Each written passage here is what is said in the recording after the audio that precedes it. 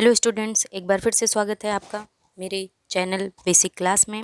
और मैं एक बार फिर से क्लास 8 का मैथ्स का वीडियो लेक्चर जो कि लेसन नंबर 7 है और इसका लेक्चर नंबर 8 कंटिन्यू है। इसके पहले हम लोगों ने 7 लेक्चर पढ़े हुए हैं। आई होप आपने वो सारे वीडियो देखे होंगे और आपको सब समझ में आ गया।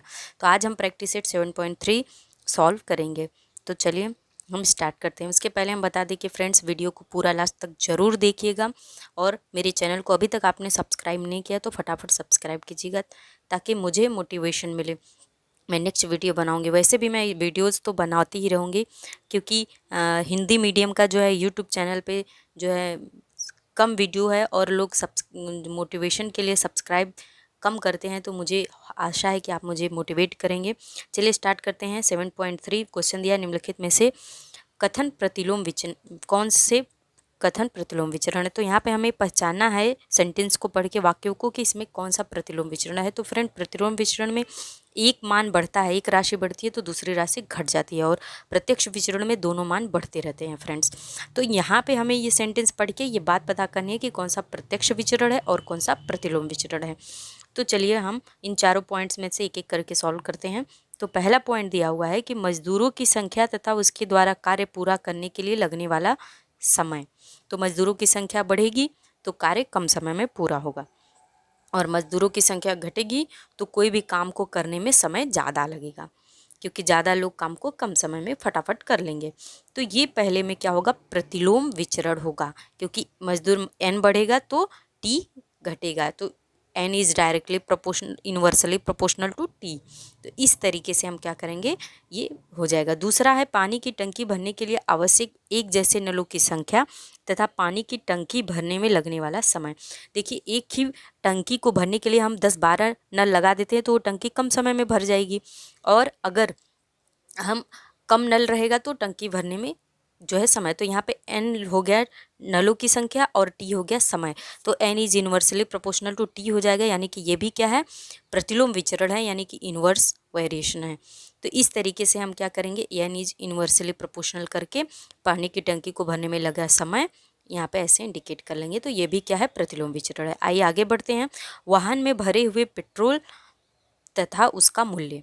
तो वाहन में हम जब पेट्रोल भरेंगे तो हमें उसका मूल्य भी ज़्यादा देना पड़ेगा, यानी कि एक बढ़ रहा है तो दूसरा भी बढ़ेगा फ्रेंड्स। तो यहाँ पे वाहन को पेट्रोल भरने में लगा मूल्य ज़्यादा भरवाएंगे तो हमें पैसे ज़्यादा पे करें, यानी ये प्रत्यक्ष विचरण हो गया। एक का मान बढ़ा तो दूसरे का मान भी बढ़ेगा फ्रेंड्स। तो अब इस तरीके से हमारा क्या होगा, ये तीसरा हो गया प्रत्यक्ष विचरण। अब हम आएंगे जो है अपने चौथे पॉइंट पर। वो जो दिया है वृत्त के क्षेत्रफल तथा उस वृत्त की त्रिज्या। तो चौथे पॉइंट में दिया है कि वाहन में पेट्रोल हो गया और तथा उसका मूल्य, तो एक बढ़ेगा तो दूसरा भी बढ़ेगा, ये मैंने अभी बता दिया। अब हम आते हैं चौथे पॉइंट पर कि वृत्त के क्षेत्रफल तथा उसकी त्रिज्या। तो वृत्त का क्या होगा, जब क्षेत्रफल बढ़ेगा, मान लीजिए कि वृत्त के क्षेत्रफल तथा उसकी त्रिज्या में हमें संबंध निकालना हो, तो मैं आपको ड्रॉ करके दिखाती हूँ कि वृत्त छोटा है, छोटा सा ये वृत्त है, तो उसकी त्रिज्या क्या होगी, वो भी छोटी होगी। लेकिन अगर बहुत बड़ा वृत्त हमने बना लिया तो उसकी त्रिज्या भी क्या होगी, बड़ी होगी, यानी कि एक बढ़ेगा क्षेत्रफल तो त्रिज्या भी बढ़ेगी। यानी कि इसके मध्य में भी क्या है, इसमें भी प्रत्यक्ष विचरण, यानी पहले दूसरे में प्रतिलोम विचरण है और तीसरे चौथे में प्रत्यक्ष विचरण है। आई होप आपको समझ में आ गया। अब हम आते हैं सेकंड क्वेश्चन पर। दिया है यदि 15 मजदूरों द्वारा एक दीवार बनाने के लिए जो है 48 घंटे लगते हैं, तो 30 घंटे में वही कार्य पूरा करने के लिए कितने मजदूर लगेंगे। यानी कि क्या है, मजदूरों की संख्या और 48 घंटे, तो मजदूर जब घट जाएंगे तो समय कितना लगेगा। तो चलिए क्वेश्चन नंबर 2 सॉल्व करते हैं। तो क्या दिया हुआ है, माना पहले हम क्या करेंगे, मानते हैं लिखते हुए कि माना मजदूरों की संख्या n है, माना मजदूरों की संख्या बराबर n है, और फिर क्या है, लगने वाला समय, मतलब मजदूरों द्वारा कार्य करने में लगने वाला समय बराबर क्या है, स्मॉल t है। ये तो हमने मान लिया। तो अब हम क्या है, इन दोनों के बीच में किस प्रकार का विचरण है, इन दोनों के बीच में प्रतिलोम विचरण है। तो हम यहाँ पे लिख लेते हैं प्रतिलोम विचरण। आप ऐसे भी लिख सकते हैं कि माना मजदूरों की संख्या n और मजदूरों द्वारा कार्य करने में लगा समय t है, तो इन दोनों के बीच प्रतिलोम विचरण होगा। इसलिए क्या होगा, n is inversely proportional to 1/t होगा। तो इसको इसलिए लिख सकते हैं n गुणे t बराबर k। यहाँ पे k क्या है, विचरण का स्थिरांक है, तो लिख लेंगे विचरण का स्थिरांक। और इसके आगे बढ़ेंगे जब हम, तो यहाँ पे ये तो हमें सूत्र एक तरीके से प्राप्त हो गया हमारा। अब इसी पे हम क्या करेंगे, मान रखेंगे जो प्रश्न में दिया हुआ है। तो प्रश्न से या सवाल से n बराबर 15 मजदूर और t बराबर कितना है, 48 घंटे में काम करते हैं। तो n और t का मान दिया है, तो हम k का मान क्या करेंगे, ज्ञात कर लेंगे। तो समीकरण 1 में मान रखने से या सूत्र से n गुणे बराबर 15 गुणे 48 बराबर k। तो 15 में जब 48 का गुणा करेंगे तो हमें जो प्राप्त होगा गुणनफल वो होगा जो है इस तरीके से गुणा करेंगे तो हमारा आएगा 0 और हमें 0 7 तो हाँ 720। तो ये बराबर 720 के हो जाएगा। तो के का मान हमें प्राप्त हो गया 720। तो इस तरीके से हम के का मान प्राप्त कर लें, जो कि क्या है, ये विचरण का स्थिरांक है। अब हम अगला इसी सवाल में आगे बढ़ेंगे तो क्या पूछ रहा है वो देखेंगे। तो पूछ रहा 72 घंटे में, मतलब 30 घंटे में, 30 घंटे में वही कार्य करना हो तो कितने मजदूर लगेंगे। तो मजदूरों की संख्या हमें प्राप्त करनी है। तो यही सूत्र ऊपर जो दिया है n गुणे टी बराबर के।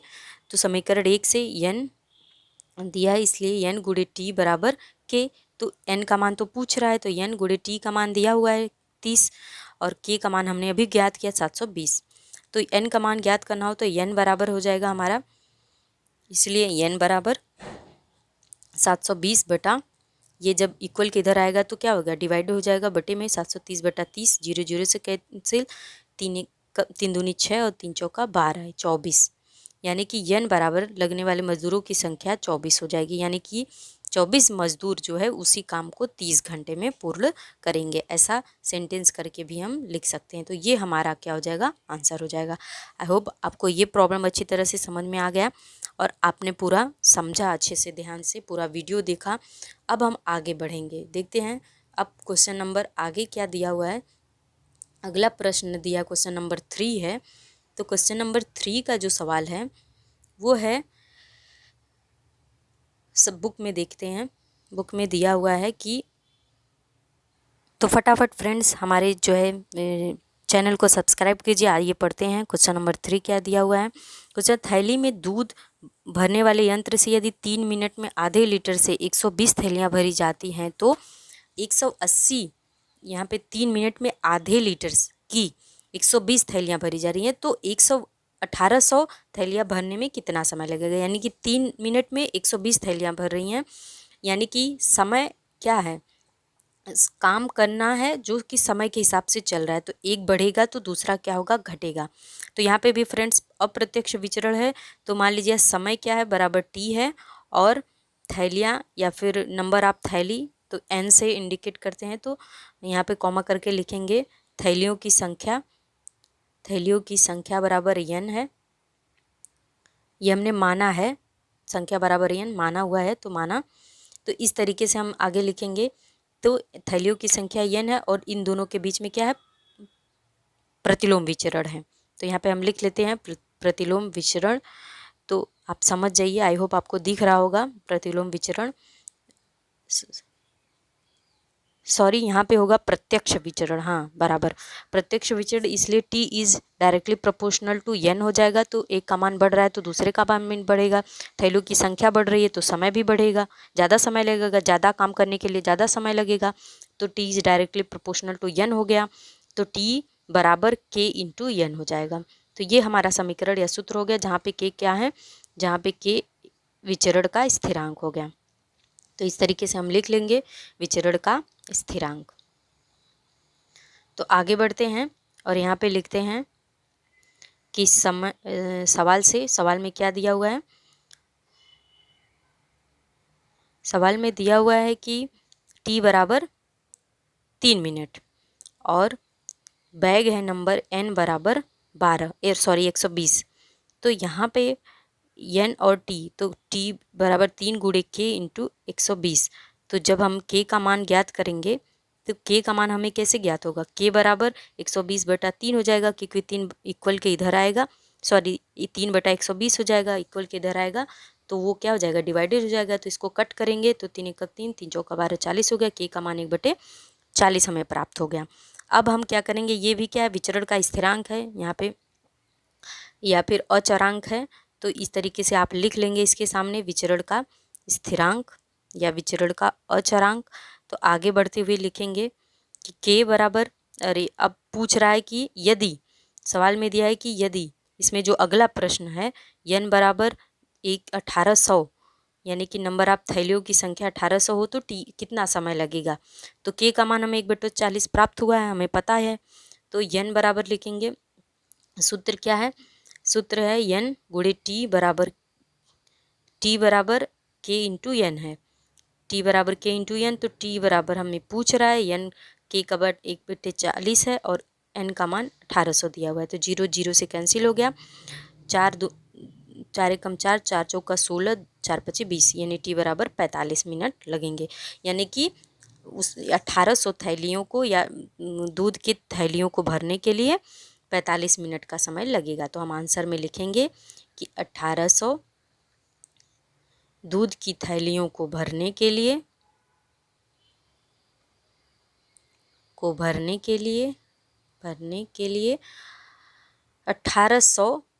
45 मिनट का समय लगेगा। तो इस तरीके से हमारा क्या हो जाएगा, ये आंसर हो जाएगा और हम ऐसे पूरा करके इसको दिखा देंगे। तो आई होप आपको ये समझ में आ गया होगा, आपने ये पूरा देखा, पूरा वीडियो देखा, इसके लिए बहुत बहुत धन्यवाद आपका।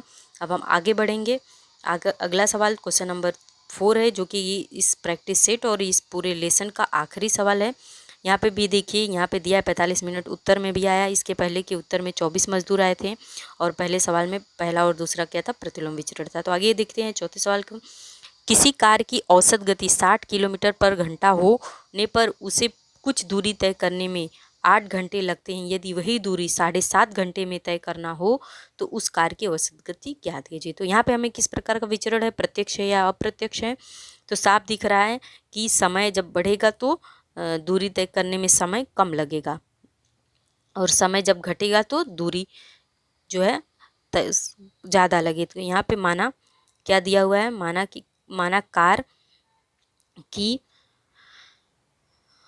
कार की गति बराबर v है, मतलब वेग, वेलोसिटी होता है। तो v से यहाँ पे दिखाएंगे, स्पीड भी दिखा सकते थे, हम कुछ भी मान सकते हैं।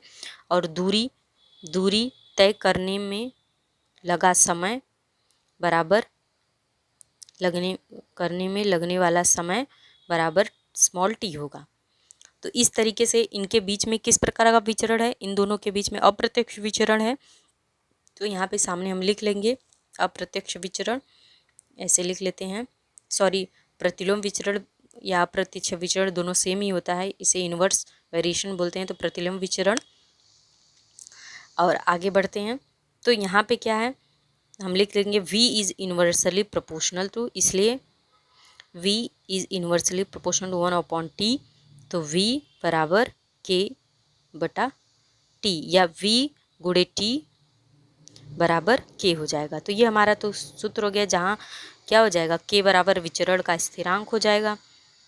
तो k बराबर विचरण का स्थिरांक लिख लेते हैं, का स्थिरांक।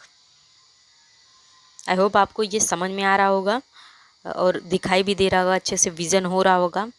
तो v बराबर क्या सवाल से दिया हुआ है, v बराबर क्या है, 60 किलोमीटर पर घंटा है और t बराबर क्या दिया है, 8 घंटे। 8 घंटे में 60 किलोमीटर दूरी तय होती है। तो 60 × 8 बराबर k, तो 8 × 6 = 48, 480 हो जाएगा। 0 8 × 6 = 48, 480 बराबर k। तो ये हमारा क्या हो जाएगा, k का मान, जो ये क्या है, ये भी क्या है, अचरांक है, विचरण का स्थिरांक है या अचरांक है। तो लिख लेते हैं विचरण का स्थिरांक। आपको हर स्टेप दिखा के लिखना पड़ेगा, अगर एग्जाम में आप साफ साफ लिखते हैं तो आपको फुल मार्क्स मिलेंगे। मैथ्स का स्टेप्स क्लियर होना और आंसर तो पक्का राइट होना चाहिए।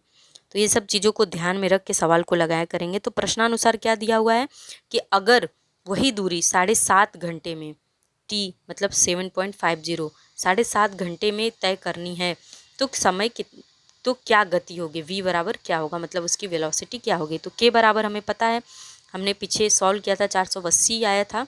तो हमारा सूत्र क्या है, v × t बराबर k। तो हमने के का मान हमारे सामने है, टी का भी मान है, तो वी का मान हमें ज्ञात करना है। तो वी गुणे टी 7.50 इज इक्वल टू के, मतलब कि 480। तो वी बराबर क्या लिखेंगे हम यहाँ पर 480/7.50। अब यहाँ पे क्या है, हम इसको सिंप्लीफाई करते हैं, आपको दशमलव हटाते हैं। तो दशमलव हटाने का स्टेप्स क्या है वो आप समझ लीजिए, ये 7वीं लेसन में आपको पढ़ाया गया है, आपको पता होगा। चलिए मैं आपको दिखा देती हूँ कैसे करना है। तो 480/7 क्या करेंगे, ऊपर 10 से भाग दे देंगे, तो क्या होगा, ये 75 हो जाएगा, 10 बचेगा।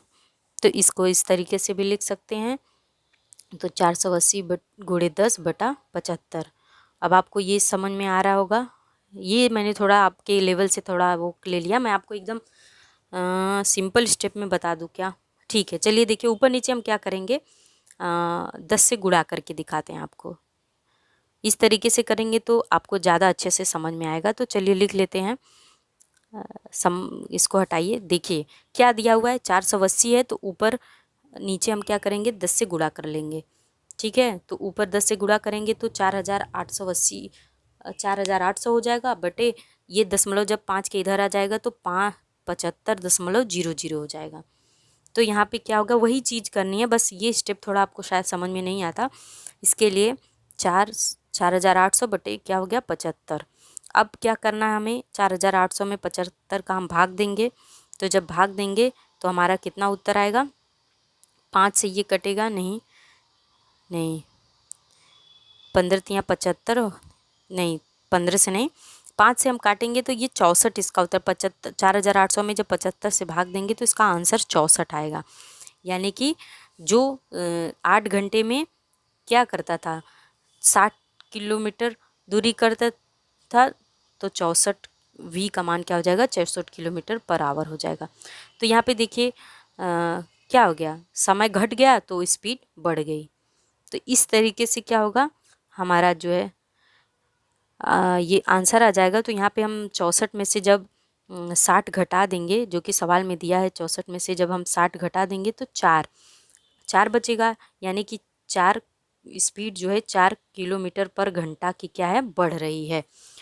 तो इस तरीके से हमारा क्या हो जाएगा, ये आंसर हो जाएगा। गति जो है वीडियो को यहाँ से 4 किलोमीटर लाइक शेयर और सब्सक्राइब करना मत कीजिएगा। ये हमारा 4 ये समझ में आ गया होगा से गति बढ़ेगी, हमारा आंसर बताने की कोशिश किया है, आपको बहुत पसंद आएगा। तब तक के लिए फ्रेंड्स, तक मेरे